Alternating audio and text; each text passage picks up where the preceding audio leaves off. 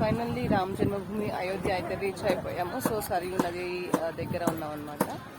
This is the background of Sarayu నది. Just ఇక్కడ అందరూ కూడా స్నానాలు చేస్తున్నారు. నీళ్ళు చల్లుతున్నామని వెళ్తున్నాం అనమాట. అండ్ ఇక్కడ బ్యూటిఫుల్గా బోర్డ్స్ అయితే డెకరేట్ చేసి ఉన్నాయి. ఈవినింగ్ చూడొచ్చు బోర్డ్స్ అవి.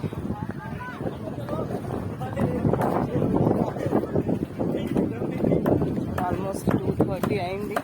మేము త్రివేణి సంఘం నుంచి 10:30 ఆ టైంలో స్టార్ట్ అయ్యాము.